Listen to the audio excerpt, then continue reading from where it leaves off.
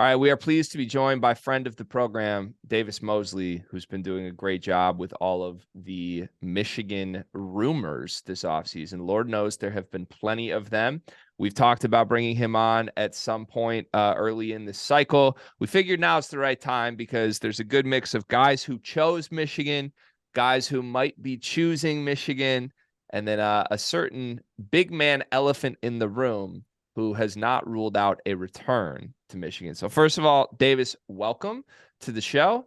For the sake of time, I'm just going to jump right in because we got about 20 minutes with you today, and we probably have like 25 different things to talk about. I want to start with the guys that Michigan has already secured commitments from in the transfer portal. We'll just go one by one and sort of give me your breakdown of their game, why you think it's a fit, or if it's not a fit, et cetera, your whole view on them as a player and how they'll work in Michigan. Starting with the biggest one, Caleb Love. Shockwaves that he committed to Michigan. He's certainly one of the most talented players in the transfer portal.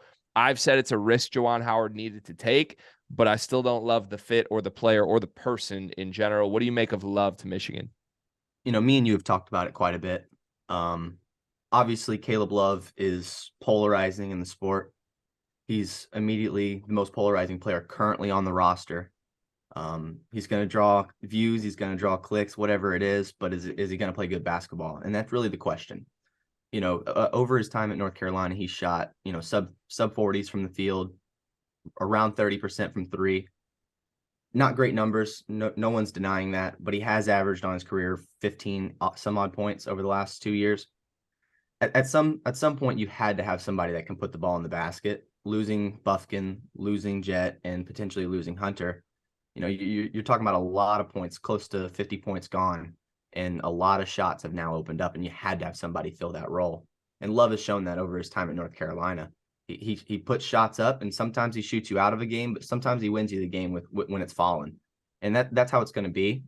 But he doesn't really even have to shoot 47% from the field to be an efficient player at Michigan. The type of shots he's going to shoot is indicative of shooting 43%. If you could shoot 42, 43, 44% from the field, you're talking about a guy that could easily average 16, 17 points per game. I just want to point out when he mentioned sub 40, it's sub 40. It ain't 39, it ain't 38. I just want to let that be known, because if it was 38, there'd be a lot more optimism out there. It's a little bit worse. Let's let it be known. But one thing I do want to ask though, and you guys can clear this up really quickly for me probably. How does it, because there's really no fit with him and Doug. Like, don't you want the ball in Caleb Love's hands? And I don't really know, like, if it's more so like who's adjusting in the situation. Is Doug adjusting? Is Caleb adjusting? Or is it just both of them had to take a step? Or how's that necessarily going to work? Because I know Doug wants the ball in his hands. Caleb Love doesn't adjust. Let's just be clear about that. Like, there will be no adjusting done from Caleb Love's perspective. Davis, what do you think though? I feel like Doug showed a little bit of an ability to shoot the ball from deep. I think he ended up shooting 35.5%, 36% from three in his freshman year. He's a 41% three-point shooter in high school, playing in the best conference in the country. I feel like over the course of the end of the season, his numbers went dramatically up. He went from averaging 7 points per game to his last 7 games, averaging close to 15, 16 points per game. And a lot of that was in off-ball situations. Bufkin got a lot more comfortable down the end of the stretch, and he was running a lot of pick and roll, running a lot with the ball in his hands. And so Doug kind of did adjust towards the end of the year and shot a good percentage from three. So I think it's going to be a bit of both. Caleb Love played with RJ Davis, who's another ball dominant guard. It's not like he's not familiar with playing with one of those guys, but the difference between Davis and Doug is Doug is more of a guy that's going to set people up. He's more of a playmaker. And so I feel like it's going to be a little bit of both. And I think the fit would be okay. Certainly defensively, if Caleb Love locks in, we know what Doug's going to do defensively. If Caleb Love locks in, it could be one of the better defensive backcourts in the Big Ten. Yeah, I'm curious where Doug's strides come as a playmaker, because I do think he mentally approaches the game as like he can be a set you up guy, but I don't think he was particularly great in that set up as a freshman. And partially that was because Kobe Bufkin was really good. Partially it was because they had Hunter Dickinson. They were trying to force feed him the ball so much. But if you could tell me that Doug was going to be like a 5 assists a game guy, I feel a lot better about this fit than if him and Caleb Love are both like 2.5 assist guys who are out to get their own 90% of the time. But we'll see. I don't know. At the very least, there's someone who is capable of taking all those shots. We know that Michigan needed that. Quickly, the other two ads they've already done. Let's start with Trey Jackson, because that was your scoop. Davey Scoops was in the building that Seton Hall's Trey Jackson was going to commit to Michigan. Carter, you have characterized Trey Jackson as quote unquote horrible since this commitment. Do you want to speak to that quickly, and then we'll get Davis's view on Trey? He was bad at Seton Hall, like straight up. He was bad. There was minutes on that team. It was a bad Seton Hall team. There was minutes in the front court. I feel like he had ample opportunities too to take that spot, and he really didn't necessarily in the past 2 years. People expected him to take a little bit of a jump, honestly, coming into this year. Had the coaching change with Shaheen, but I'm not in on Trey Jackson. I'm not in on jumping for joy because a team that loses an All-American big adds a Trey Jackson. I think the point that I would make to that is Trey's not coming in to be a big man at all. Like that is not what he was recruited to do. Well, that's even worse then. So with playing with Shaheen this year, there was really limited centers on that roster, and he had to play the 5 a lot this year. And that's where his minutes came from as a backup 5. And Trey Jackson's not a 5 for anybody that knows. He's not being recruited to play the 5. He's not being, recruited to be a big man interior guy. He graded out in the 80th percentile in isolation efficiency and 88th percentile in transition efficiency. He's a guy that's got really good ball skills. His form on his jump shot's really smooth. He shot 38.5% from 3 last year on limited attempts over the course of the entire year. I mean, he shot several per game and still shot 38.5% from 3. So I think that he's being brought in to kind of play a role player type role. And if you can do that to replace, what Joey Baker did for Michigan last year, that'd be more than okay as a guy that can come in and give you some, 15, 20 minutes per game. So I've said I don't love Trey Jackson, the player. I think that's a pretty, I don't know, just I think that's a fair thing to say as a basketball viewer. He hasn't been some like impact guy. With that said, I view this ad as an ad Michigan made strictly to upgrade the whole mess at the 4 spot of like Terrence Williams. And when they added Trey Jackson, I was very scared because I don't think you should approach your starting 4 spot with the mentality of just, oh, he's better than Terrence Williams. You need somebody better than that. You need an impact player at that. What makes me comfortable with Trey Jackson now is that Michigan is still recruiting those guys. And we will talk more about them at the end of this video. But now that I know there's a potential like Olivier Nkamhoua ad, like, okay, Trey Jackson's our 8th guy. That's a good ad. I really like that. The other guy was Namari Burnett. Alabama guard, started his career at Texas Tech. Juwan was big on him in the high school trail. I really like this ad. It's actually my favorite of the group so far.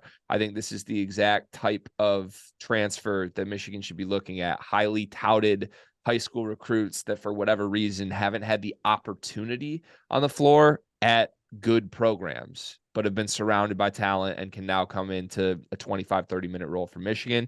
Davis, you, I believe, are a fan of Namari's game, although there was some, like we're going to get to Hunter in a moment.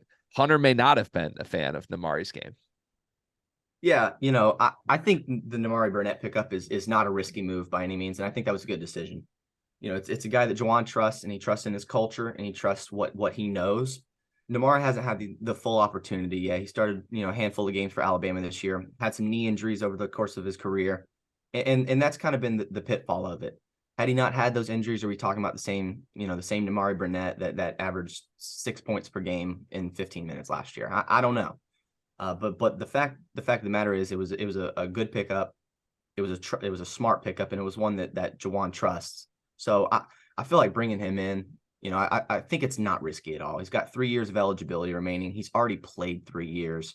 This is a guy that's got experience, and he upgrades the age of the roster. And that's kind of what Michigan did in the transfer portal this year. They go from essentially starting 4 freshmen last year to bringing in 3 guys that are entering their junior, senior, and grad transfer years.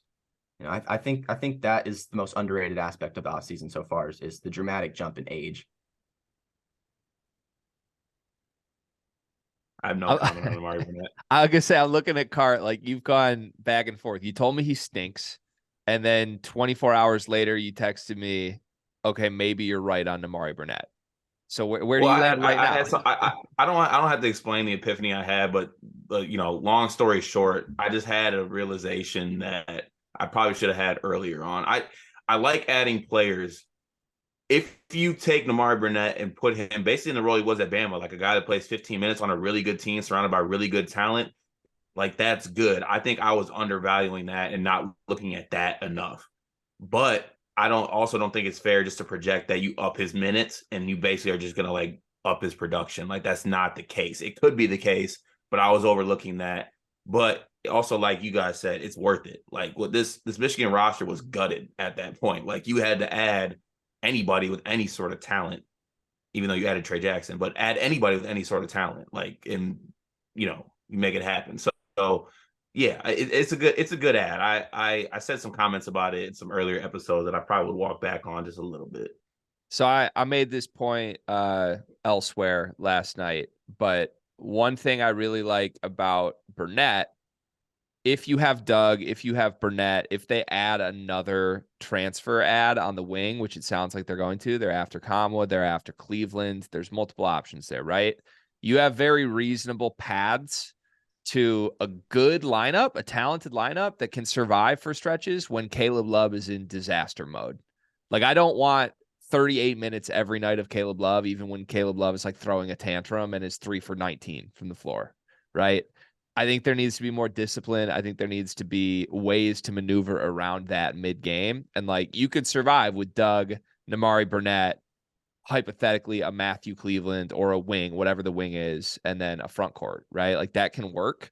So Burnett's crucial in that sense to me of where Michigan goes. I kind of danced around this already, but Hunter Dickinson is the big elephant in the room. He transferred or entered the transfer portal early in the cycle. He instantly became the #1 ranked player in the portal. I predicted this in the middle of the season. I mean, I don't know that I should have been saying this, but I sort of loudly went on record and said I think he's going to transfer. I think he wore out his welcome with Michigan. And if he enters the portal, he's going to have blue blood interest immediately. Well, we know Kansas is hot after him. We know he had Zoom calls with John Calipari. He's visiting Georgetown and Maryland unofficially this weekend. The other thing here is that he supposedly told Ant Wright he felt like he had to enter the portal, which we interpret as he was not happy with the prospective transfer ads of first Nimari Burnett and at the time, Tamar Bates. Davis, what do you know about the timing of how Hunter entered the portal and what was going through his mind when he did that? I mean, it happened an hour, 2 hours after the report of Tamar Bates and of course, Nimari Burnett's commitment, happened, within the next 24 hours, I'll say. Obviously, the looks on that show that he probably did not like the two pickups that were being projected at that moment. At this point in time, the roster has shifted in so many ways. You've gotten 2 more ads, and then you're looking at maybe 1, maybe 2, even more. I feel like at that point in time, Hunter kind of looks at, all right, well, this is my starting shooting guard. I've got a starting point guard, and then I have no idea what else is happening. I should at least go see what is going on elsewhere. And if I find out that Michigan is still where I want to be, then I'm going to come back. And he's left that door open. But yeah, I think that I think when Nimari committed, it kind of Hunter was a little questioning that move. I interpreted it also as just, oh shit, Tamar Bates is really our big ad. I gotta go. And then that fell apart. And then now all of a sudden, like all the moves since the quote unquote Tamar Bates thing dissipating have honestly projected pretty well for a Hunter return. Like they added shooting at the 4. If they are really serious about getting Nkamhoua or Cleveland, that's a really good player to play next to. So at this point, like I said, he's visiting a couple places unofficially. He has been pretty quiet. Like that's not normal for Hunter Dickinson to just like not speak on Michigan, right? He hasn't done that. And I don't know that he's going to do that. What do you know about where he stands currently and I guess the chances of him actually returning to Michigan? I know he currently stands in Chrysler. He's currently in Chrysler Center. He's practicing, he's working out, doing some off-season work, and he is wearing full Michigan gear, is what I've heard. I can't confirm. I didn't see it with my own 2 eyes. I'm down here in Georgia, but I did get word that is currently where he stands. Now, as far as where he does stand in his recruitment, He is visiting Georgetown. He is visiting Maryland. But it has been reported, I think Ant Wright also mentioned this, that Hunter's going to sit down with Michigan next week and, kind of give him the final pitch. And I feel like they've got a pretty good pitch going into it now. 2 weeks ago, even a week ago, they really didn't. Going back to Friday of last week, since that point, the roster has dramatically changed and the outlook on the program has completely shifted. And I think it's something that Hunter's taking notice of. That's crazy. That's crazy you're going to take him back. I know y'all got to, but he's been going across the country shaking ass for other schools and doing all this. And y'all are just letting him just walk around like he's Pac, just walking in and out of Chrysler. That's crazy. I mean, you got to do it. You have to do it, but that's crazy to me. Well, but if it's crazy, you're saying you wouldn't do it. But you're saying you wouldn't do it if it's that crazy. Like if we have to do it, why is it crazy? I mean, because pride's a little different. He left y'all. He wants to go. He wanted to go somewhere else. So Michigan should turn him down? Yeah. Wow. Okay. They should. I mean, not for basketball purposes, but like for optic purposes. Like you're gonna win less games for sure if Hunter is not there. But I don't know. That's wild. He's literally been going everywhere, trying to go everywhere, see everything. Been on the podcast saying I'm done with. Been on Round Ball saying I'm done with Michigan. Like, he has not said that. He has not mentioned Michigan at all. He's putting his name. He has not mentioned Michigan at all.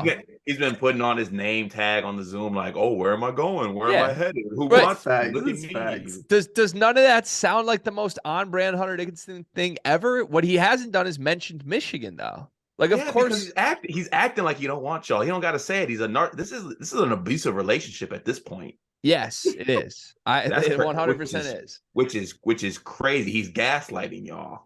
100%. 100%. I feel like this is like a girlfriend circle, and like I'm like, like leave him. Like he's so bad to you. Like that's what I feel like right now. I was ready to move on from the Hunter Dickinson experience. I was, and I still am. But here's the problem: as soon as they signed Caleb Love, there's no point. I just entered a different toxic relationship. So like. If we're going to have that toxicity, if I'm going to have to pretend I love this player who's not fun to love at all, we might as well go all in. Like I joked, give me Imani Bates, give me Hunter Dickinson, give me all of them. Give me all the character concerned guys who are talented as shit and will be the villains of college basketball. We can scrap the Maze uniforms, just wear all black uniforms, all black everything.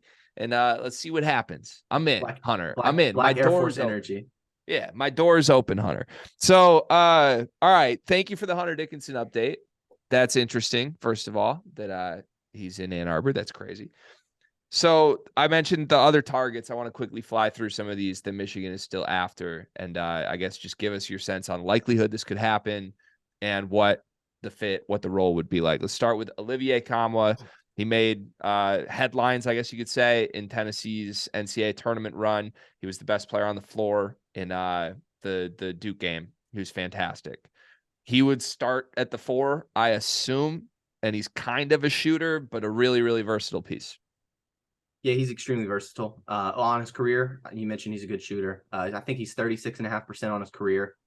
And that's in limited numbers. He shoots less than 2 per game, but still it's certainly better than where they were at. I think he's all Big Ten caliber kind of guy. If he were to end up in Ann Arbor, I thought he was an all SEC caliber guy. Very strong. In my opinion, he's the best athlete at 6'9" in the country. Not just explosiveness, but physical power behind it. I mean, he is every bit of 6'9", 235, and I wouldn't be surprised if he was 245 lean. He's incredibly impressive to watch. And like you mentioned, he had 27 against Duke. He's best player on the court against guys like, Kyle Filipowski, who's a future top 5, top 10 pick. I love the potential addition in Nkamhoua, and I think it's very likely. From what I've heard, it sounds like Michigan is in the lead at this point. I'm not going to stake a claim saying they're 100% going to get him or anything, because we know how much this can change. But there is some reports that it could be down to the NBA. It could be down to Michigan. And I would lean Michigan in that favor. I'm not pushing all my chips in, but I'm certainly not hesitating to bet on it. All right, next one on the list. Admissions cart? I said, do your thing, admissions. Oh, God. All right, next on the list, Matthew Cleveland. I have been tampering individually with Matthew Cleveland for months now. I guess you could say Davis knows I've like shot this man text at like 3 a.m. Like, have we hit up Matthew Cleveland yet? A couple nights ago, Cleveland officially enters the portal. He's heard from like 15 schools. He's one of the most talented guys in there. He's also one of the most inefficient guys in there. Like, the more you look at him, his numbers were not great at Florida State, but the talent's 100% there. And he's another guy Michigan recruited out of high school. He would be 1A on my personal board, my Tampa board. Davis, what's Michigan's chances here with Matthew Cleveland? He went public saying Michigan finished runner-up in his recruitment and honestly led for the entire thing up until the end. CY's now at Missouri. I feel like Missouri's got a good chance. But I wouldn't count out Michigan in this. I mean, he trusts Juwan Howard. He knows Juwan Howard. And like I said, Michigan finished second in his original recruitment. They're expected to Zoom with him at some point. I'm not 100% sure on the date. I'll try to figure that out now. Of course, let y'all know as soon as I do. But it wouldn't surprise me if Michigan landed one or both. I don't think it's an either or situation just because there is still minutes to give at the 3 and the 4. But if that is to happen, you're probably looking at an 8-man rotation. You're going to have to condense it. You're going to have to knock it back down. If both of those acquisitions happen, you just can't play 9 guys, 10 guys, especially when you have a clear hierarchy in who's better. With all due respect to everybody that's a college athlete, because it's so hard. Everybody knows that. There are players that are just better. And if you're going to have 2 guys that are, coming in now after the original 3, you're not going to be able to play these many guys. Yeah. As a Michigan fan, I'm very excited that one of their first moves of the offseason was to add a 4 who's better than all of their current horrible 4s. And now one of their next moves is to keep recruiting additional 4s that are also better than all of their horrible 4s. That would make a lot of difference for this team. Last one I want to ask you about target-wise, Jesse Edwards, Syracuse center. Interesting guy, super productive, rim protector, all that. I mean, he averaged a double-double this year for Jim Boeheim, who, I mean, any sort of accomplishment like that is impressive in its own standing, in my opinion. But he's apparently demanding some money. And also, like, does he translate out of the 2-3 zone? I don't really know. I was surprised to see Michigan on the list for him. Yeah, I was as well a little bit. Like you said, it appears to be an NIL battle, and I can confirm that. I do agree that it is an NIL battle. I don't think Michigan's going to play it. That's just my personal take. They did hit him up. I just don't see anything materializing from it. And even if it were to, I'm not sure I would like the fit. Like you mentioned, the 2-3 zone, transitioning out of that to a strictly man offense, which is run more than 90% of the time at Michigan. And the only reason it wasn't was because we had poor perimeter and poor individual defenders last year. Michigan was not a good defensive team last year. Nobody is saying otherwise. And Jesse, he averaged two and some change blocks per game. Going from that, it's incredibly productive, and it's no wonder he demands, a high amount of money in NIL. But I just don't see I don't think it's a game Michigan's going to play. Got it. Hart, if they get 2 of those 3 guys, are you afraid of Michigan next year? Well, you guys aren't getting Edwards. I'll tell you that right now. That ain't happening. Mm-mm. What if they get let's say best case scenario, Cart? Let's say Michigan's team next year is Doug McDaniel, Caleb Love, Namari Burnett, Matthew Cleveland, Olivier Nkamhoua, and Hunter Dickinson. Are you afraid of that team? Yeah, until Juwan starts Jason Cheddar, which he will. Cheddar's starting at the 4. I hope I don't know why this is an issue. They're going to recruit every 4 in the nation. Well, Cheddar's going to get his name called and get off the bench when the starting lineups are announced. Yeah, I don't think that's going to happen, my friend. Right. I don't see it. All right. Hey, G Wizzy. Yeah, talk to me. Every time you've texted me at 3 a.m., how long did it take for me to respond? I mean, never. Like, immediately. Instantaneous. Yeah.